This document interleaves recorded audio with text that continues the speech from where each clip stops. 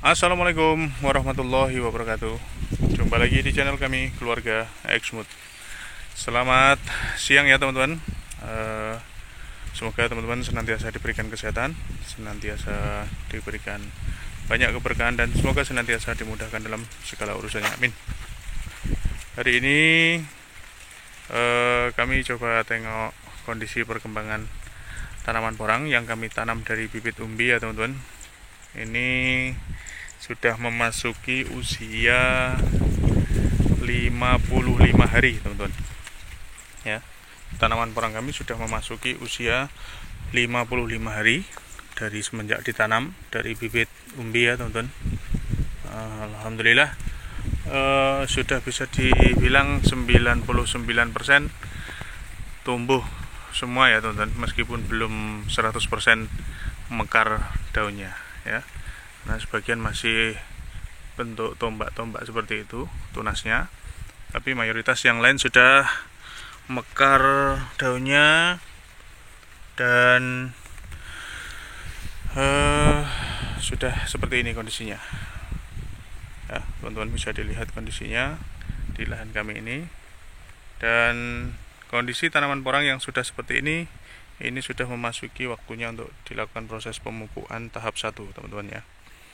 Jadi yang kemarin yang kita aplikasi ke lahan waktu olah lahan sekaligus penanamannya itu adalah proses pemupukan dasar, pupuk dasar, dan ini saatnya sudah melakukan proses pemupukan tahap pertama teman-teman ya, supaya pertumbuhan tanaman porang kita ini nanti lebih maksimal ya. Dan ini masih tema lahan yang semi agak persawahan ya, bukan sawah tapi semi teman-teman. Jadi di sini kondisinya ada selisih ketinggian antara sawah dengan bagian atas di sini. Ini kurang lebih sekitar 1,5 meter ya ketinggiannya. Tapi kalau dari lahan yang sebelah kanan sini ini perbandingannya satu level. Jadi yang warga di sebelah sini ini ditanami padi juga, cuman karena dia posisinya itu genengan ya, kalau di tempat kami namanya genengan, itu airnya gampang habis, sehingga ketika air gampang habis dia meresap ke tanah-tanah yang lebih rendah ya, petak-petak yang lebih rendah, termasuk ini pun ke tempat kita lebih rendah dibanding yang sini. Akhirnya yang di sebelah sini ini untuk ditanami padi kurang bagus karena airnya kurang, sehingga air meresap ke lahan kami dan meresap ke lahan yang lebih bawahnya. Nah, keunggulan tanam sekali lagi di daerah yang agak berair ya, sebenarnya sih bukan full air seperti kalau di daerah kami ini, nggak full air karena ini masih cukup tinggi dibandingkan yang lahan persawahan ini, tapi lebih mending dibanding yang areal daerah sana. Lahan kami yang benar-benar di dataran tinggi sana, itu ketika tidak ada hujan gitu beberapa minggu, 1 minggu gitu, tanahnya sudah kelihatan pecah-pecah. Tapi kalau yang di daerah sini, karena di sini ada resapan air-air dari bagian atas sana, dari parit-parit yang gede sana, jalur air besar dari sini merembes ke sini, sehingga tanahnya itu lebih cenderung lembab teman-teman. Nah, untuk tanaman porang yang tumbuhnya memasuki musim hujan seperti ini ya teman-teman, itu kecenderungannya kondisinya lebih aman. Jadi dia daunnya lebih cenderung hijau ya, langsung hijau ya, meskipun ada yang tunas muda masih agak kekuningan, tapi kecenderungannya rata-rata hijau. Tapi kalau yang dari bibit kecil ya, ini contoh yang petak sebelah sini ini kemarin kami tanami katak, ada sisa bibit, kami tanam katak-katak yang ukuran 300 sampai 400 kemarin. Ini kondisinya seperti ini.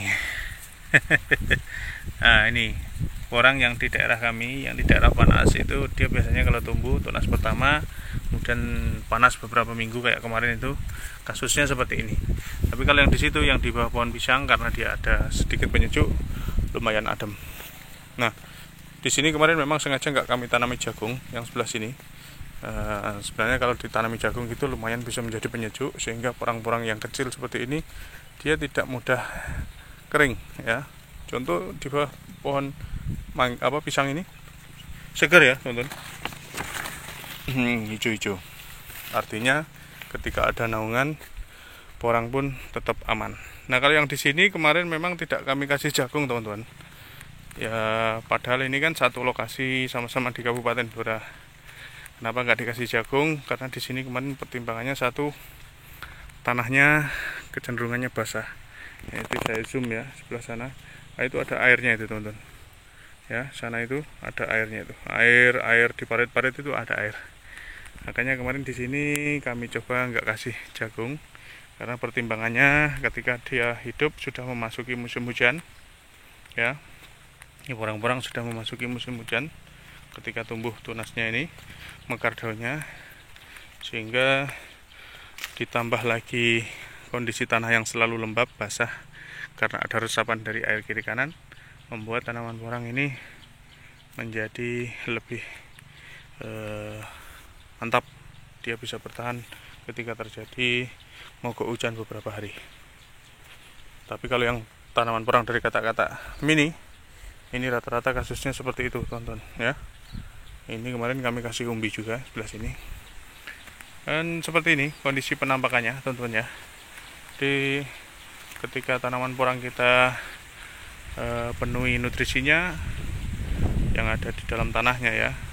Kita penuhi nutrisinya, kemudian kita penuhi ketercukupan airnya, dan kemudian dari atas mataharinya tidak sering menyengat, atau seandainya ada mogok hujan beberapa hari tapi tolong dari kondisi kelembapan air dari dalam tanah yang cukup, sehingga tanaman porang tetap aman ya teman-teman, tetap aman. Ya ini masih tunas-tunas muda teman-teman, tunasnya masih lembut ya, lemir-lemir seperti ini belum keras. Nanti kalau dia sudah semakin besar semakin